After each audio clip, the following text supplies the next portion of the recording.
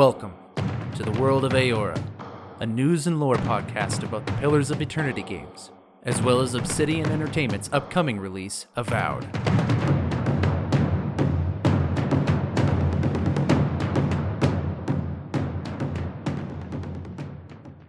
Hello everybody and welcome to another episode of the World of Eora. I'm your host, Eric, aka Gingerino. Thanks everybody for joining me as we discuss more about the World of Eora as it is seen in Pillars of Eternity and Avowed. For those wondering why we pair all those games together, if you're new to the show, it's because they share the same fantasy setting known as Eora. So we're going to be jumping into Pillars of Eternity quite often, just so we can make some speculation and theory about Avowed, and understand what that game's world is going to be like as it undergoes development, walk in there with the same knowledge base. Today's episode, however, is not going to feature a lot of exacting knowledge and fact-finding in the lore. It is all going to be about speculation regarding Avowed. For those who might not be in the know, Avowed recently had a gameplay trailer show up on the Xbox Games Showcase, as well as the Xbox Games Extended Showcase. As well, there was some PCGamer.com interviews with Obsidian developers. And so there was a lot of Avowed-related news that came out recently, and the episode previous to this one dealt with it. In today's episode, we're going to be sticking with the Avowed content since it's still fresh, and we're going to be diving into some of the best speculation and theories that I have seen so far within the community. I sent some feelers out on Reddit, in the Discord, on Twitter, and just through people that I know in person to ask, what are your speculation and theories about Avowed? What kind of things are we going to see in the story? What kind of things do you think are going to happen with our character and the companions? What about the gameplay systems themselves, character creation, the physics engines, and how it might do things, or perhaps how leveling might work? Any theories that any of you guys had at all? And I've collected a bunch of them to respond to here on today's episode, as well as my own thoughts on what we might see in Avowed.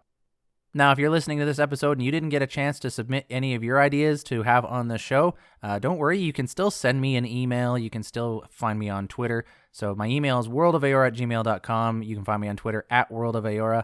I'm also under the name Gingerino or Gingerino42 on a lot of social media platforms. So if you have any thoughts or ideas that pop in, even while listening to this episode, send me an email. I'll still share that kind of stuff as well. I might not do a full speculation episode like I am right now, but I'll include a lot of that stuff at the end of an episode normally if I have anything that people want me to say. So don't worry, you'll still have your chance. That said, I do have a number of responses to give you guys today regarding different areas of the game, such as how leveling might work, how character creation might work, characters that we might see in Avowed that come from other Pillars of Eternity games, as well as the story of what Avowed might be like. We're going to dive in right away, and so let's just dive straight into it. I'm curious. What exactly did you find there? So the first area of speculation that I'd like to jump into has to do with gameplay mechanics or the game systems themselves. Particularly, I want to think about how character creation is going to work and how leveling up or the ability trees are going to work. I have a few ideas on how Obsidian might approach some of those. Now, in character creation, I've wanted to focus on this because I felt that character creation is one of the more important aspects of Obsidian games or RPGs in general, which is obvious because that's the very first point in which you're creating the character that you're going to roleplay as. And so it's important to have a character creation tool that helps set the foundation and mood for how the roleplay is going to work in the rest of the game. Avowed being a first-person RPG compared to Pillars of Eternity, which is going to be more of an isometric CRPG with a lot more party-based mechanics, there's going to be wildly different character creation tools. I don't think we should expect that Obsidian is going to have a character creation tool in Avowed that matches Pillars of Eternity, or another contemporary Obsidian game, The Outer Worlds. But I am going to pull inspiration from those two character creation tools to kind of walk through these theories and speculations I have on how it might work. So there are some things that we have learned from Carrie Patel, both from interviews on PCGamer.com as well as at the Xbox Games Extended Showcase where she was interviewed directly. Some of the things that we learn are that while we aren't going to be able to choose things like class or racial options outside of human or elf, we are going to be able to bring personality, appearance, philosophy, and vibe. So we don't actually get a lot of information about what is going to be included in the character creation tool, but we do have some ideas on things that won't be included, and that can kind of give us some implications on what we're going to see. So first off, I think it's pretty obvious that there's going to be some level of customization to our character's appearance. I don't see any reason why this wouldn't exist. Obsidian have included this in their character creation tools in pretty much all of their games, where you can choose different hairstyles and you can choose different skin tones and you can shape the face a little bit, or at least choose between a set of prefabricated faces, which is a weird word to say when it comes to faces. So I feel like there's going to be something along the lines of appearance. Now, technically speaking, I don't actually know. Like there might only be pre-generated characters. There might be no appearance that we're allowed to alter in the character creation. It might just be armor and clothing that change the way we look. But I don't think that would be reasonable to expect. I feel like Obsidian's going to be able to allow us to change our appearance, especially since Carrie Patel brought it up in the interview. Aside from that, I think male and female presenting bodies with different gender identities possibly, as well as a different vocal tone. We might not have fully voiced characters, but I am expecting at least the grunts and winces and attacking screams of our character to be in there. And aside from that, the only other one that we're really aware of is the elf versus human. So elf, human, and then our gender, our sex, and then some form of appearance. I think those are all very reasonable to expect to see in there. The other areas of character creation that we can see from Pillars of Eternity or Outer Worlds, I don't necessarily know which ones are going to be there. So in Pillars of Eternity, you're able to actually select your class, but we know for a fact that you're not going to be able to pick a class in Avowed. So you're not going to be a fighter or a paladin or a wizard. You're going to start off with several ability trees open to you, and then you're going to build your abilities as you level up. What this means for the character creation tool, we don't know. There's a lot of ways that Obsidian can go about doing this. They could go the tried and true method that a lot of character creation tools go, or they could be trying something new, and we have no way of knowing. Personally, I think that Obsidian is more likely to offer us several character archetypes that will give us a set of pre-selected abilities that we get right from the beginning of the game. They won't be very deep into any of the ability trees, I speculate, because that way, if you don't like the character archetype you chose, you don't feel the need to have to restart the game. You might just write off the couple abilities that you don't think you're going to use, and then expend your points elsewhere as you level up. So an example of what I'm talking about is they might offer us the option to choose a mage, a thief, or a warrior type, just to take the three basic ones. And depending on what character archetype you choose, will give you a pre-selected set of abilities from the different ability trees that exist in the game, and you just be granted some of them at the start of the game. To me, that makes the most sense. It's the easiest thing to figure out. You're still not choosing a class. You're just kind of choosing an archetype that you might build your character towards. It's just giving you a little head start towards the character that you might want to build. There is another method that I think Obsidian could take with this, is that they could essentially level up your character one or two times at the start of the game. Not actually level up, but they could give you experience points like you would when you level up to spend on abilities, and you can choose the abilities that you want to start with at the very beginning of the game. I feel like Obsidian's less likely to go this route because I'm getting the feeling that Avowed is a more curated and guided experience than something like Pillars of Eternity, which left a lot of options open. But that's because Pillars of Eternity required a lot of that kind of game, reminiscent of the Baldur's Gate style games, really left a lot of options open to the player for you to build your character. But I'm getting the sense that Avowed is a lot more of a guided and curated experience, since our character is coming from a certain place with a certain background and has certain abilities. There's a lot that's already written about our character, and I think that they want you to focus more on the gameplay itself and the story, not so much on this massive roleplay. Not that I'm saying Obsidian isn't going to include that, and not that they're still not going to include levels of roleplay.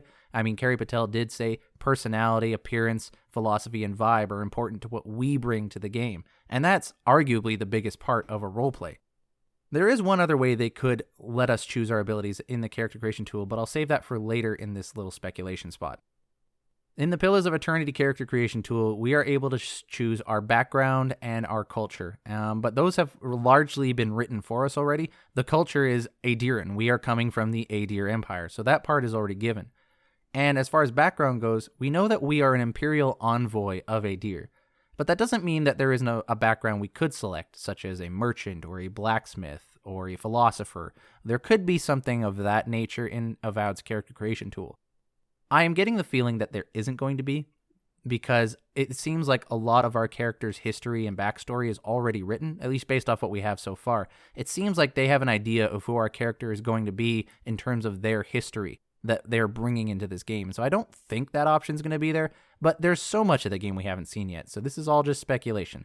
I'm going to trust you guys to manage your own expectations on this, just like I'm trying to manage mine. The area that I'm stumped on is the area of skills and attributes, because there seems to be, as Carrie indicated, an emphasis on the abilities when you level up and not on leveling up your attributes. So attributes are things like strength, dexterity, resolve, perception, intellect, constitution, things like that. But since we're not leveling up those statistics, I wonder what role they may or may not play in Avowed. In the Outer Worlds, you did pick these statistics at the very beginning, but you never changed them afterwards. You were just stuck with them. But what they did was they gave you little boosts in certain areas related to skills that kind of, gave your character a head start in that direction. And perhaps Avowed will take the same course of action. Perhaps you will choose a set of skills, such as the ones I just listed, and depending on which skills you rank as higher or lower, will give you a set of options for abilities that you can choose from, right? So if you select a character and you give them a very strong might ability, then maybe it'll give you 6 options instead of a base 4 options for abilities that you can choose when you start your character. This is another way that they might handle the way you select abilities at the beginning of the game, assuming Avowed is giving us that option. Now, the next speculation that I want to move on before I jump into responses from you, the listeners, is the ability trees themselves. And I'm going to stop it after this theory because I could go on forever about a lot of different ones. The way I see ability trees working in Avowed is that they are going to take inspiration from Pillars of Eternity 2, Deadfire. So in Pillars of Eternity 2, depending on what class you selected, you would also have a corresponding power pool. If you were a wizard, you would have a power pool of Arcana, and you would expend Arcana to perform wizard abilities or empower yourself, something like that. If you were a fighter, your power pool would be Discipline. If you were a Cipher, your power pool would be Focus. And every class had a particular power pool, that which gave you the special and unique power that you did. It was the thing that empowered you to do the stuff that you did as that class. And I think what Avowed might do is that they will name the ability trees as the same names that we see in other classes from Pillars of Eternity 1 and 2. Now, I don't think that they're going to take all of them, because then you would have, 11 or 12 ability trees, and that's a lot. I think that they might name 5 or 6 trees, which is still a lot, but then they'll mix and match certain ones. So, for example, they might have an ability tree called Discipline, but it will take abilities from fighters and barbarians, and maybe a little bit of monk, maybe a little bit of paladin from Pillars of Eternity. As well, there'll be unique abilities specific only to Avowed, because, of course, they're building a first-person RPG. You can make different abilities than just those in Pillars of Eternity. I'm expecting there to be more Avowed-specific than Pillars-specific, in my own opinion. So I think that that's how it's going to work. I think they're going to have 5 or 6 ability categories, and in each of those categories, we're going to see some Pillars of Eternity abilities pulled from certain classes in that game, as well as Avowed-specific ones. The ability trees that I think are going to be in there are Guile, Nature, Faith, Focus, Arcana, and Discipline. And the reason I choose those 6 is because I think they represent the widest array of abilities that you can have in Eora, or that you would see. So something along the lines of Guile, that would be more your roguish type stuff, or a little bit of ranger type stuff. So that might have things to do with ranged weapons like bows and arrows, as well as stealth and sneaking around, sleight of hand and pickpocketing, possibly some charisma skills. With Nature, I'm thinking a lot more druidic spells, but also interacting with animals in the world, as well as vegetation, perhaps anything that has to do with survival in the world as well. Arcana is just straight up and down magic. I'm more thinking like the hard magics, like evocative type stuff, where it's or evocation type stuff. I apologize. So a lot of destructive magic, casting fireballs and things like that. I think that's going to be a lot of the wizard stuff is going to be seen in there. Faith, I think, might be magic as well, but more related to healing type magic, or buffs or debuffs type of magic, rather than actually damaging people directly. This would be something you'd see in paladins and priest and some wizard spells. Discipline, I think, will be the catch-all for martial prowess, so that would be fighters, paladins, barbarians, possibly something from monks as well. So this is where you're going to get a lot of those martial abilities. Focus is cipher-based magic. I think that's going to be included in Avowed because the cipher is very tied to the lore, in Pillars of Eternity anyways, and there's a decent chance that it's going to be involved in Avowed. Again, like, I don't want to set expectations unrealistically. I feel like that would be one of the more obvious ones to pick, is the focus-based stuff, because that include things like mind reading and psychic ability attacks. So that's how I see the ability trees going, is that they're going to pull from those, and that in each category of abilities, there will be a set number of abilities that you can unlock. The obvious way that you would unlock abilities would be by playing the game, leveling up your character with experience, and then when you level up your character, you get like 1 or 2 points to pick abilities or upgrade current abilities. But what I would like to see them do, actually, and this is just my personal opinion, I know some will disagree with me, what I would like to see them do is where as you level up certain, we'll say skills, as you level up skills, you automatically unlock corresponding abilities. And this jumps into the skills section of gameplay. So when I say things like skills in Avowed, I'm talking about things like persuasion checks. So I'm going to pull a lot from the Outer Worlds here. But like in the Outer Worlds, you had leadership skills, and you had determination. You had different dexterity skills. You had handguns, long guns, heavy weapons. You had block. You had dodge. You had lie, intimidate, persuade, engineering. All these different skills that you actively used in the world. And I think it would be odd to see an Obsidian RPG without those included. I can't imagine running through the game and not having a speech 100 check at some point in Avowed. But maybe Obsidian are wanting to take a new approach at this kind of thing. That's been a tried and true method for a long time, but who knows? Maybe there's a better way of doing it. Maybe they'll tie speech checks directly to certain abilities unlock. Maybe they'll tie it directly to ability trees that have a certain amount of abilities unlocked. So instead of patching a speech 100 check, maybe you'll pass a nature category ability tree check as long as you have, say, 50% or more abilities. They might approach it that way. Who knows? But what I would like to see is that I would like to see when you level up your character, you increase your skills, right? So you increase, let's say, your persuasion from 20 to 30. And then if there are any abilities within the ability trees that have these requirements, you automatically get them. So let's say, for example, that you want to not only intimidate a humanoid, but you actually want to convince it to fight alongside you for a duration. Then you must have, let's say, a persuasion of 40 and an athletics of 10, right? And as soon as you have those corresponding numbers to those skills, you just automatically get that ability. You don't have to unlock it. You just get it as a result of having those skills leveled up. The reason I like this is because it allows you to focus just on the skills that you want to have. It allows you to focus on building your character up the way you think they are as a person. And then it also unlocks corresponding abilities that you find interesting.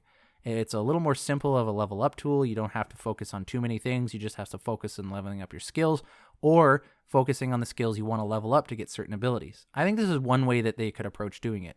I have a feeling they won't go this way, and so I'm just going to kind of hope that that's what happens. But we'll see what they do. Obsidian tend to be a little more focused on characters and narrative and that depth of story than anything else. So they might just go with the tried and true method of here's a bunch of skills, you level them up, you pass speech level 100 checks, and you expend experience points to buy certain abilities. That's the safe bet, and honestly, it works well. Like every game that has that, I've loved.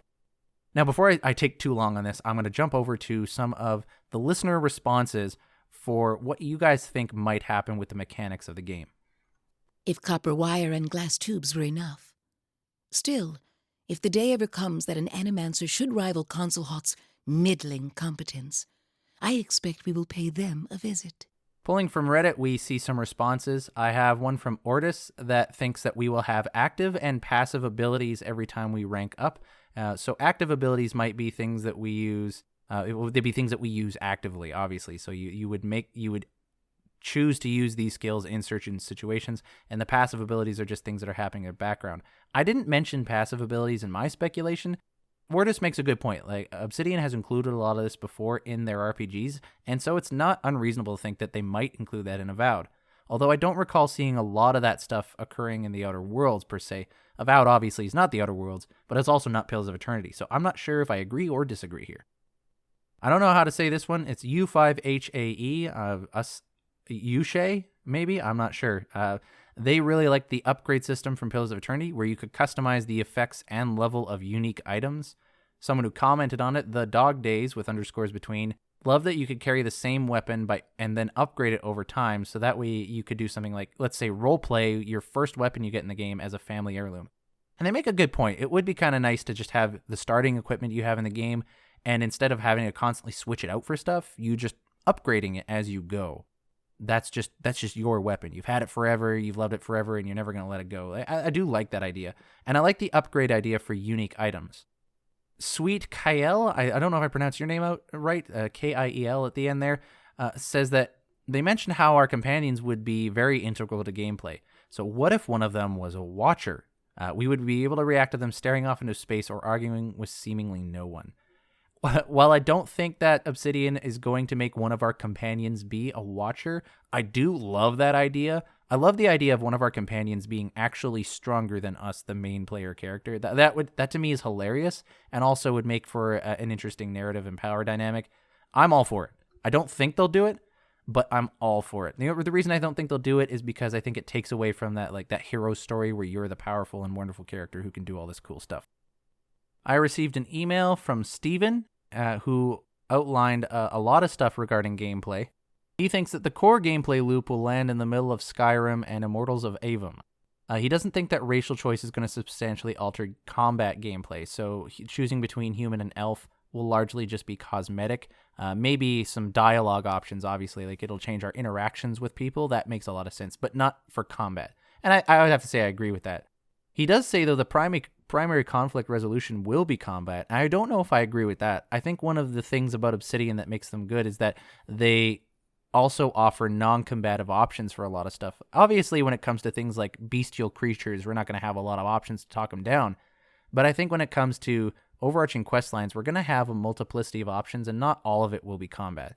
But again, this is a new game. Avowed is not Pillars of Eternity. It's not the Outer Worlds. It's not going to be other ones. So maybe they are going to be focusing a lot more on combat. Maybe that is a lot of what Avowed is your skills in your game and how well you execute those skills in combat. It could be that. He does think that narrative and world building will take a backseat. I will have to say I do strongly disagree with that. Just because we haven't seen a story trailer yet doesn't mean that isn't going to be important. Simply just because it is Obsidian, they are masters of their craft. As well, we saw an interview on PCGamer.com where they discussed the idea that they actually scaled down the game from an Obsidian Skyrim type-ish game to something that they are better with, which is a little more closer to the Outer Worlds with hub maps and things like that, which means that they're trying to focus on their strengths. And I would say Obsidian has a strong strength in the area of narrative and world building. So it doesn't make sense for Obsidian to push the open world design to less open world because that's their strong suit, but then not follow their strong suit when it comes to the narrative, which is what they're known for. So I don't think that one necessarily holds a lot of water, but I will say this, we haven't seen evidence to the otherwise yet, so I won't say he's wrong. I'd just say I disagree. But he has good reasons for why he says what he says. He also says no player housing or building of castles. I have to agree there. That doesn't seem like something that Obsidian really cares to do in games like this. I mean, obviously in Grounded, that was one of the main focuses, but that was basically the game. That was one of the things about that game. So while they certainly have proven that they can do good in that area, I don't think it's going to be a focus in Avowed, simply because I don't think that is part of the core gameplay experience that Avowed is meant to offer. But who knows? We could find out. We could find out otherwise. Maybe we'll be able to build ourselves a little cabin in the Living Lands.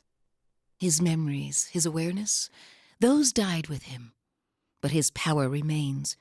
As a watcher, you must have seen by now that certain spirits possess more strength than others. And that's all I currently have at this time in recording regarding gameplay and game systems. We've already got basically an entire episode's worth of stuff right here, so I'm not going to waste too much more time and jump straight into the story and lore. But I just want to say a quick thank you to everyone who has submitted stuff on Reddit, through Discord, through email, or in person. I really appreciate the feedback. And it's been fun sifting through these ideas and having conversations with you guys about how the game might look and how the story might look. But without further ado, let's jump into that section of the game and the speculation theories that you guys have on here.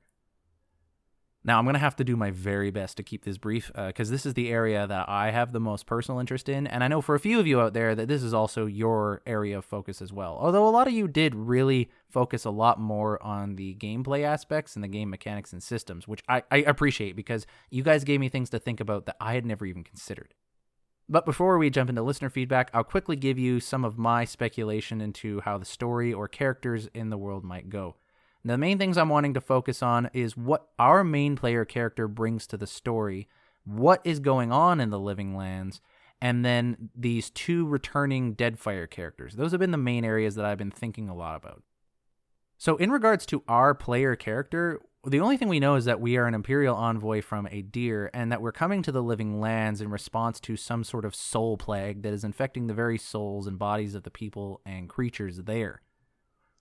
We know that we're not a Watcher, but that we have some unique abilities or unique connection to the Living Land themselves, and Kai even mentions in the narration for the gameplay trailer that he's afraid of us and the things that we can do.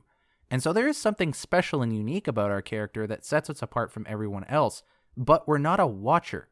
For those wondering what a Watcher is, I do an episode on Watchers that you can go check out that explains this very interesting and unique kind of individual that can occur in the world of Eora. But to put it short, a Watcher is a person who can interact with the souls of people in a much more deep and meaningful and impactful way. They are very powerful when it comes to areas of the soul, reading past lives and interacting with people's psyches. I'm not going to get into it too much, but if you're interested, check out the episode. In Pillars of Eternity, our character was a Watcher, but in Avowed, we're not going to be. So the question is what is our character's connection to the Living Lands and what makes us special? My theory goes as this. In the distant past of the Living Lands, there was the Soul Plague already existed. Either there was a civilization or group of people that were there that created the Soul Plague, or it was a natural result of it was just some sort of natural phenomenon. In an effort to contain it, people sealed it away. Now, since the events of Pillars of Eternity 1 and Pillars of Eternity 2 Deadfire, depending on when Avowed takes place in regards to that, the Soul Plague has escaped. Either because of the events of one of those Pillars games, or perhaps whatever was holding back this Soul Plague just simply faded away and now it is released upon the world. And that's what we're seeing in the Living Lands, and that's why it's localized to only that area versus anywhere else. So that's my theory for where the Soul Plague comes from. It's some sort of phenomenon that was either created or naturally occurred far in the Living Lands' distant past. And it was a significant enough threat that people needed to quarantine it. But that quarantine has now failed at this point in the game. What I think our character brings to the table is that our soul has a past life within the Living Lands, particularly of those individuals who lived in the Living Lands that helped quarantine it. For those not aware, the world of Eora runs on a cycle of reincarnation, and so when you die, your soul leaves your body, goes in the afterlife, and then eventually comes back to the mundane world and enters into a new body. That's how reincarnation works in this world. And so it's not out of the question that your player character would have a past life that was where that past life lived in the Living Lands, and maybe they were one of those people that helped quarantine the Soul Plague. And so that would explain why our character has the unique ability to maybe fix the problem of the Soul Plague.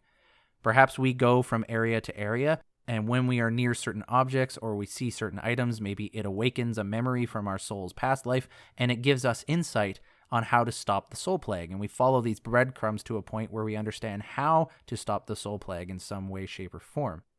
As well, since there can be soul-based devices and technology that exist, perhaps because our main player character's soul belonged to that of someone in the distant past who, let's say, they had technology where only certain individuals could access it, so maybe like royalty from a previous civilization. But now that you have this soul in the distant future, maybe you are uniquely able to interact with ancient technology in the Living Lands that everyone else thought was just dead technology. They have this like tablet or they have this device that seems inert and lifeless, but then when your soul comes near it, that device somehow detects its master, if you will, because it would have existed. That same soul exists in you now that would have existed in its master in the past. And now this previously inert device has activated. And so you are uniquely able to actually use these ancient devices and civilizations, technology, to combat the Soul Plague that is existing around here. That is my guess on how our character brings a unique power into this world. So that's the big ticket item. So if anyone has any holes that they want to poke in my theory, please go ahead, worldofoeora@gmail.com. I'd love to hear your thoughts on that theory. I think it holds a lot of water. I think a lot of it's pretty plausible. but there's obviously still some areas to fill in there. But now I want to transition to the other area that I've been focusing on, which is the two returning characters from the Deadfire games. We know from an interview with Carrie Patel that there are two returning characters from Pillars of Eternity 2 Deadfire that are in Avowed, and people have been speculating who could it possibly be. Now, a lot of you have said Adair or Aloth or Pallegina from the first two Pillars of Eternity games, and I can understand your reasons for thinking that. They have occurred in both Pillars games. They're a staple of the companions from Pillars and Eoran-based games. They're the most familiar, kind of like poster childs, if you will, for the World of Eora. While I think that the logic is sound, I don't think that those three in particular are going to show up in Avowed, simply because Carrie specifically mentioned Deadfire. She didn't just say Pillars of Eternity in general, she specifically mentioned returning characters from the Deadfire. So I think we're either going to see companions or an NPC from the Pillars of Eternity 2 Deadfire game in Avowed. My personal guess for who we are going to see in Pillars of Eternity 2 Deadfire, I have a lot of theories, a lot of ideas on who it could be, but for the sake of trying to formulate a guess and just go for broke, let's see if I'm right, I have two ideas. One, in terms of companions, I think Takehu makes a lot of sense because of his level of status within the Huana culture. It makes sense, especially since we see the Huana flag in the gameplay trailer, that he might have been sent as an envoy of the Huana to go and investigate what's happening in the living lands. And so we might see Takehu there. That would make sense. But this does depend when in the timeline Avowed is taking place. If it is taking place after the events of Pillars of Eternity 2 Deadfire, then that makes sense. But if it's taking concurrently or beforehand, it makes a lot less sense. But I'm going to go for broke, and I'm going to say Takehu. The other person that I think we're going to see is not a companion, but an NPC in the game. I think what we're going to see is one of the Archmagi of the world. And that makes sense because the Circle of Archmagi, the members of that wizard circle, they tend to be in world-shattering events. They tend to be on the globe somewhere when something big is going on. And so I expect we're going to see one of the members of the Archmagi there. I'm kind of stuck between Arkamir or Lengrith, just because of the backgrounds of them. But I think what we're more likely to see is Lengrith than anything else. Arkamir is tempting to me only because more players are likely to have seen Arkamir from the game, but Lengrith was such an instrumental part of the Forgotten Sanctum DLC that I think enough players would have been able to see that, and so Carrie would have made that comment in the interview that she did. There are, of course, other ones as well that we could see Bakerna as well. Perhaps maybe we'll even see Consulhot. He's been a character throughout the Pillars of Eternity series. He's been an enemy for us to fight. But the only reason I don't say Consulhot is because he was in the first game as well as the second, and Carrie specifically mentioned the second game. So those are my running theories on things related to Avowed. I do, of course, have other theories, but I want to try to keep this episode under an hour if I can. So I'm going to dive into your guys' responses for lore and story and narrative speculation and theories regarding Avowed. You misunderstand. A wolf devouring a hare has done nothing outside its nature. One life feeds the next. Ours is the work of generations, many minds coming together to strengthen one another. Going into some responses on Discord, I have this message from a friend, Ghost1737. He thinks that we're going to see more of the living lands because of the lore of the areas. For those not aware, the living lands, which is the setting for Avowed, is supposed to have distinct valley biomes separated by cliffs. So there's supposed to be these drastically different environments and biomes that exist within the living lands. We didn't really see that showcased in the Avowed gameplay trailer, but the reason I think that we didn't see a lot of that is because they just haven't developed those maps enough yet. We probably just got gameplay footage of the first or second map in the game. That's my best guess as to why we didn't see, a winter wonderland or a hostile desert wasteland or something like that. That's why we probably didn't see those things. That's my best guess. So he thinks we're going to see more of that the Living Lands is going to be very varietized in its environments. He's also hopeful that we'll see multiplicity of characters within the world that Avowed is set in. In particular, he's hoping to see a Pale Elf Sorceress because he has a personal life roleplay for that he's looking forward to. So he thinks that we'll see something like even Pale Elves in the game, which I'm very hopeful for. The lore behind Pale Elves are very interesting for me. His prediction for why the things are going on in the game is that there is some sort of chaotic event either because of the events of Pillars of Eternity to Deadfire or some god-related power struggle. And for those not aware, there are gods in the world of Avowed. There are 11 of them, and I talk about them extensively in other episodes. But he doesn't think that the gods are going to be as front and center in Avowed as they are in Pillars of Eternity. And I'm not sure if I agree with that or not, but it might make sense. Like, Avowed is not Pillars of Eternity, and so maybe they don't want to focus on the gods as much. Perhaps they'll be in the periphery. They'll still be involved, but maybe they won't be as central. Ghost's prediction is that the port city we see in the gameplay trailer will be a hub area, which is why we see a lot of the banners there, and I can agree with that. And this is going to be kind of like a base of operations. I'm kind of summarizing what he's saying here. This will kind of like be a hub and a base for a lot of people that are going out trying to deal with what's going on. And I have to say, I agree with most of what Ghost is saying here, and I'm excited for the same things that he's excited for. Still on Discord, Jed Mandu, who has been on Avowedcast as a guest host like I have before, and I miss you, Jed. If I haven't seen you very much lately, so I hope I can talk soon. He says that he also agrees that we're going to see far more variety of environments, because there's no point in setting the living lands if you're not going to have the player explore the regular European forest and spooky mushroom caves. Oh, so if you're only going to have them explore that. And yeah, I agree with him there.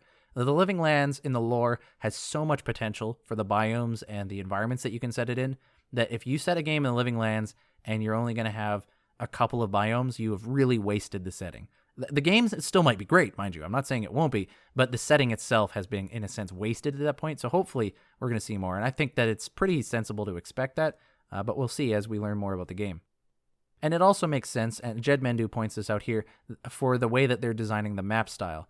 They've pretty much confirmed at this point that it's not open world RPG like Skyrim. It's more like the Outer Worlds in that you have these segmented maps. You have a zone-based kind of RPG, if you will.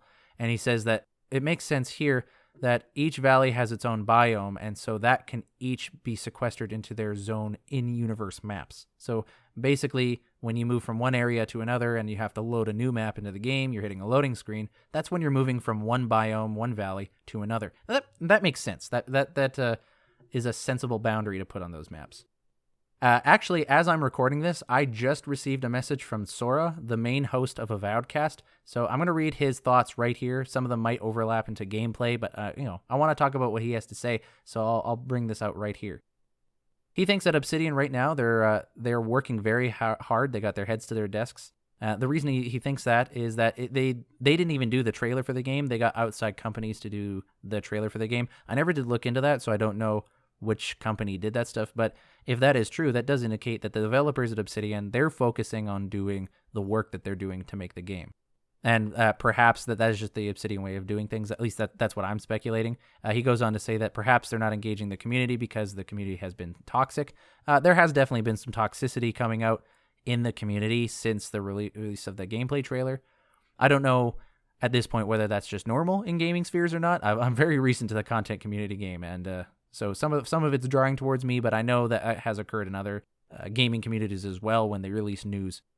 He does think the game will be post-Deadfire, so it occurs after the events of Deadfire, which, if you've played that game, is a very interesting speculation to have, because there's a lot of lore, there's a lot of big events that happen in that game that you're going to have to either communicate to the player or hide from the player, and both of those are kind of weird to do. He doesn't see Avowed as Pillars 2.0, but as its own franchise, and I think that's a fair assessment. And I think I think moving forward, we should all recognize Avowed is not the next Pillars. It is not a Pillars adjacent. It is a new game set in the same universe. That's all. I think that's a healthier way to approach it, but that hopefully there will be a lot of Pillars-esque Easter eggs in there. He thinks there will be heavy story elements, but that it'll be a little linear in plot, like in the Outer Worlds. And once the story is over, the game will be over. The companions will play a huge role in story. This is already confirmed. We know this from interviews, so I agree with him there. But he does say he doesn't think the companions will be able to die. He thinks that if the companions die, that you will as well. And at first, when I read this, I don't like that, because one thing I love about Obsidian games is that you can kill anyone in the game. Because I'm a murder-hungry hobo. But no, I'm more interested in seeing, like, how does the game's narrative react to an essential character being killed off at a certain point in the game. I'm always interested to see how a developer might stand for that. But this notion that if you can't keep your companions alive, that the game is over and you have to reload a previous save, that's an interesting way to do it, because they do say the companions are integral. So he does have some reason for saying this. Me personally, I don't hope this, and I don't necessarily think that they will, just given the history of how they do things, but Avowed is a new game. Maybe they're taking a new way, and they are saying that they're integral, so perhaps companions are the only ones that can't die without reloading the game. He thinks the zones will be about the size of they were in the Outer Worlds, which again is consistent as what we saw in the interviews. There'll be a lot of diversity in the environments, and that when you advance from one zone to the next, that you won't be able to go back for side quests. So he thinks that you'll actually be locked out of side quests when you change maps. I don't know if I agree with that. While I can see what he's saying about there being a linear story, I do think we'll be able to go back and forth into the maps and access previous side quests like you do in the Outer Worlds. Like, you can keep your side quests going when you go from one map to the next. So that's a very different take, unless I'm just interpreting this sentence incorrectly. But, I mean, they might do that. I highly doubt it, in my opinion. Just it doesn't seem like a very Obsidian-esque thing to do, but perhaps that's what they'll do. He thinks that the main character will be directly connected to the Plague, and that's what your special, unique thing is, and that the game is being developed with sequels in mind. This is kind of in line with something that very recently came up in the news, that Phil Spencer, head of Xbox, said that he named Avowed and Pillars of Eternity, that is Eora-based IPs, as future IPs that will help the success in the future of Xbox. And so Phil, for some reason, mentioned Avowed and Pillars of Eternity specifically in that. So perhaps Obsidian are planning on releasing future games in the World of Eora, maybe Avowed 2 or Pillars of Eternity 3 or some other game completely. Maybe they'll release some RTS or a simulation-based game. Who knows? So those are the speculations from Sora, host of the Avowed cast. Going on to Reddit, we have the Dog Days, who, in reference to the timeline when Avowed's going to take place within the history of this world, he thinks it's going to take place after Pillars of Eternity 1 and probably after Deadfire. He says this because the trailers that we see are the Huana, the White March, and the Watcher of Cad Nua, and so he thinks that's going to take place within 5 years after the Deadfire game. In my opinion, placing Avowed after Deadfire is a very strong stance to take because, again, of the events of Deadfire. You would have to choose a canon ending to that game, a canon ending to the first Pillars game, and then you have to decide what lore you're going to give to the new players that have never been here before, possibly not wanting to spoil Pillars 1 or 2 for those new players because, again, they're thinking of new players. What if they want to play Pillars, right? So I think that's a very strong stance to take. A lot of people are taking it, and I don't think that it is a bad option. I think there's actually a lot of sound reasons why it would be after the Deadfire. And I gotta be honest, I do have a strong leaning towards it being post-Deadfire just because of the banners we see. I just think that that's such an interesting spot to place it in the timeline, given that you want to attract new players, but I'm sure you'd want them to play your old Pillars games too, right? I don't know. Maybe they have no intention on worrying about that. Maybe the Pillars games have run their course and they're not even taking that into consideration. However, NS Sheepster on Reddit did comment on the Dog Days post saying, why would you think this takes place after PoE or Deadfire? This person actually thinks that it's going to occur before Pillars of Eternity. They actually think it's going to take place between the Ingwithan era of the World of Eora, which you learn about from playing Pillars of Eternity 1. I've talked about it in other episodes, but I don't want to get into any spoilers, so I'm just going to leave that at that. And after the Ingwithan civilization disappeared is how I'm going to paraphrase their statement. So he's actually talking about some like very early post-Ingwithan times within the history of Eora, and that's a very specific time in the history, and that's an interesting place to put it. He thinks this is because that the soul plague that is striking the souls of people in the living lands is a direct backlash from the gods, or a direct attack by them, to distract or something along lines in the living lands that is resisting them. We know that there have been factions in the history of the World of Eora that have fought back against the gods and fought back against the Ingwithans. Again, I'm trying to not spoil the game, so I'm kind of wandering around this delicately. But he thinks that there is some backlash to those historical events, and that maybe there's someone or some ones in the living lands that they're fighting back against, and that's where the soul plague comes from. Is it actually comes from the gods themselves as a way to remove these people from the world that oppose them. That's an interesting stance to take. There's not a lot of evidence that you could have to support that, but at the same time, there's not a lot of evidence that would disregard it either, because it is true. The gods in the history of the World of Eora, they have acted back. They have fought back against mundane people, and they have tried to destroy people that oppose them. In fact, there are several instances that we know for sure in the lore where particular gods struck almost entire civilizations in an effort to destroy them. So they were a lot more active in the history of this world than they are by the time Pillars of Eternity occurs, when they have taken a more decidedly neutral stance, more of like kind of the supervisors and watchers, if you will. This person goes on to defend their claim by saying that all of the factions you see for the banners in Avowed could theoretically also be there during that time in history. The Huana are actually, even though they're more associated with the Deadfire game, they actually have been around for quite a long time. So we could see the Huana flag there. Same with the White March banner. Even though that's associated more with Pillars of Eternity era times, the dwarves that existed in the White March have existed before the White March. And so that could have been a banner that they've been carrying for a long time. Same with the Cadnua banner. Cadnua is a stronghold that has existed all the way back to Ingwithan times. So all of the banners that we're seeing, he is claiming, or she, I don't actually know, could be way back to almost the Ingwithan era of the history of this world. I will say I do disagree with Sheepster's comment here, just because we do also see the Rawatai and the Valian Trading Company. We do see their banners, and that is a lot more in recent history. But as Sir Remoran pointed out to me, those could technically just be images as placeholders on the banners. Perhaps they're designing the logos and iconography for other factions, and they're just kind of putting something else there for now. So who knows? But the Rawatai and Valiant Trading Company do go far back into the history of the world. So while I don't think it would reach Ingwithan times, I do think that it could be pretty far back.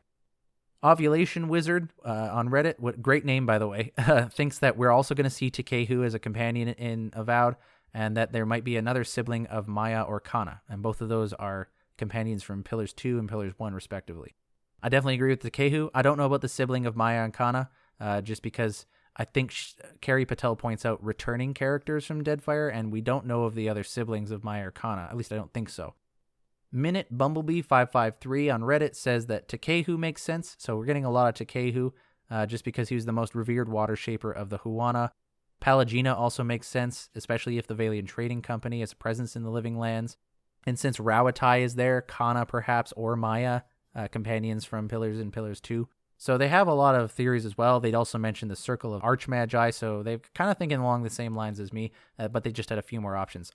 They also speculate the gods will have a role in this somehow, but they don't really extend on that. I do obviously think the gods will be involved in some way. They're such a huge part of the lore. It would be a waste to not include them, or at least one of them, in some deeper, more meaningful way. And that we're going to meet new factions and people in the game. And that as well, I think, is very, very obvious. I think that we're going to see things like that. But they do mention that they think the Cadnua banner is pre-Deadfire, so they don't think that the game is going to take place before the events of the Deadfire game. Now, I have a couple more theories, and then we're going to wrap up this episode. Thanks, everyone, for holding in there. Still on Reddit, there is one person, ThanksToDenial, who posted a very in-depth theory on what is going to go on in Avowed. He mentions a book in Pillars of Eternity 2, Forgotten Sanctum DLC, that speaks of a great Orlan Empire that apparently lived in the Living Lands. And they existed way in the ancient past of Eora. They were actually alive during the Ingwithan era of the world. And in this book, it is written that they are actually advanced enough to rival that of the Ingwithan Empire. Now, the only thing we know about the Orlan Empire is that they were located, quote-unquote, in the northern valleys.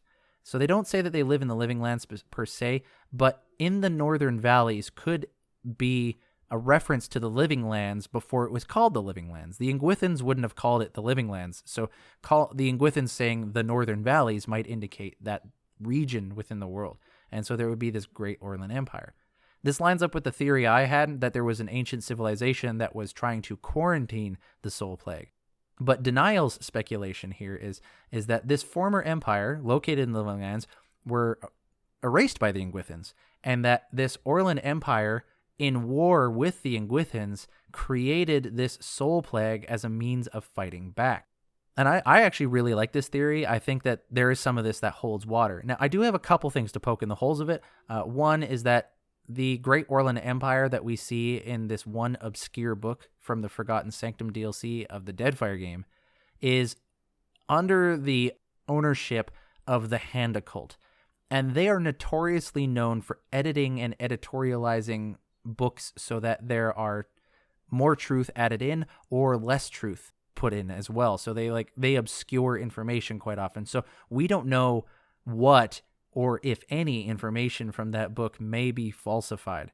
There's a lot in there that may or may not be true. So, but that doesn't mean we should just write off the entire speculation as it is. This is actually a really good idea, and it does explain the narrative of the game, of where the Soul Plague originated from, what its purpose was, and that they essentially just didn't have the time to weaponize it before they were destroyed, that is the Orlan Empire, and so it just laid dormant for a while. But someone went plundering around and poking runes that they shouldn't have, and they somehow activated it or weaponized it, and it got out into the world. I actually really like this theory, and so I'm kind of thinking in the back of my head that maybe this is actually what is going on, and it would be really interesting to see.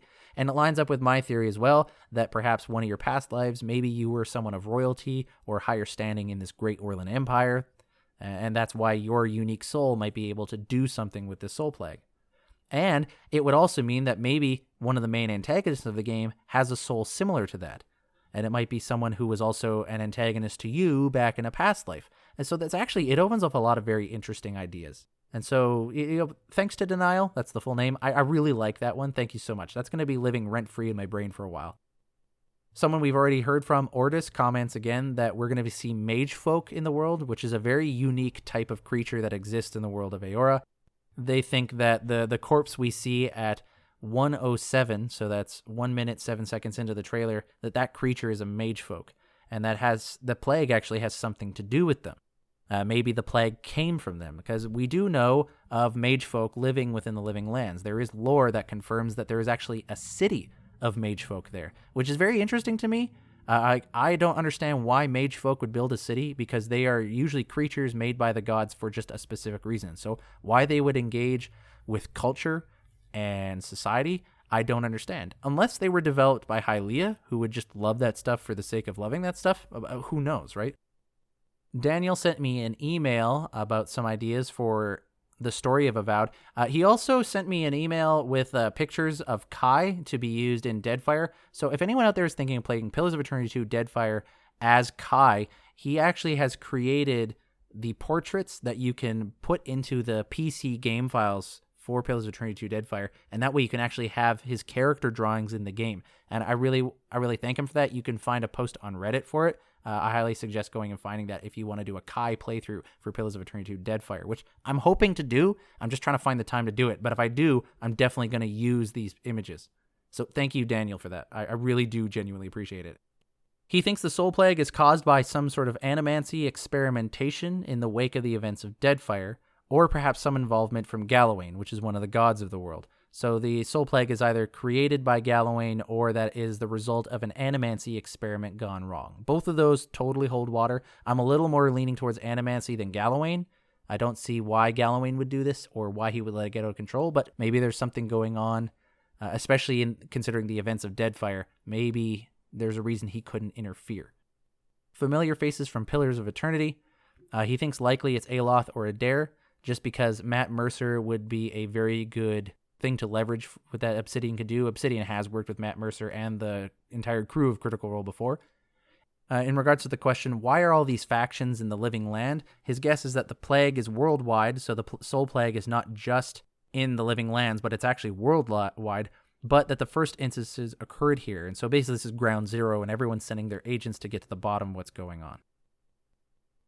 I've never minded being out in the open air, but some of the apprentices found it difficult at first.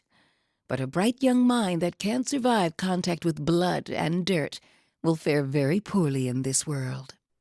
And that is it. That is everything. Oh boy. So this episode I intended to be a lot shorter than it is, but here we are. I'm already over an hour for recording. There's some of you that sent me emails as well as messages on Reddit and all that, that I didn't include every single detail of everything you wrote to me. There was also a couple of people that I may have skipped just because you repeated things that that other people have said. And then there was also just a lot of things that came in last second that I didn't have the chance to proofread or summarize. And so I did get a lot of responses. Thank you everybody for responding. If I didn't get to you, I apologize for that. Hopefully I can do so in future episodes. I do genuinely appreciate it. And I tried to join as many people as I could together, or just mention other people specifically instead of those who contributed multiple theories. But I do appreciate the feedback, guys. Thank you so much. This episode would not have happened if it was not for your guys' feedback. So now that we're done with the speculation, let's just close out the episode. I got nothing Avowed related to talk about because that's basically all we did talk about. I'm not playing anything new that I haven't mentioned already, so we can just actually go ahead and close the episode out. Thanks, guys, for listening to this long-winded episode. It was really fun to go through all this stuff and theorize things on. There's a couple theories that changed my minds, and there's some that I'm going to be keeping my eye on as the days and months and years go by. Well, not years, but hopefully just months go by as we look forward to Avowed. Starting next week, we can return back to our normal format of going through the lore that we see in Pillars of Eternity. I'm going to try to focus a little bit more on Avowed-related stuff that we know about, specifically ones that I haven't already covered on the show. But we're going to go back to our regular lore. So thanks, guys, for holding out with me on this. This has been a really fun couple of weeks. There's been a lot of conversation. There's been a lot of excitement. There has been obviously some disappointment from people, but still, it's cool to see the community engaging and everyone's talking to one another, trying to figure out what's going on. I'm excited to see what comes next. Thanks, Obsidian, for everything you've been doing. Appreciate the work that you guys are putting into the game and the gameplay trailer, the stuff that we got to see. I'm excited to see what you guys make with Avowed. But anyways, that's it for today's episode. Thanks, everybody. I'm your host, Eric, a.k.a. Gingerino, and I'll see you guys next time.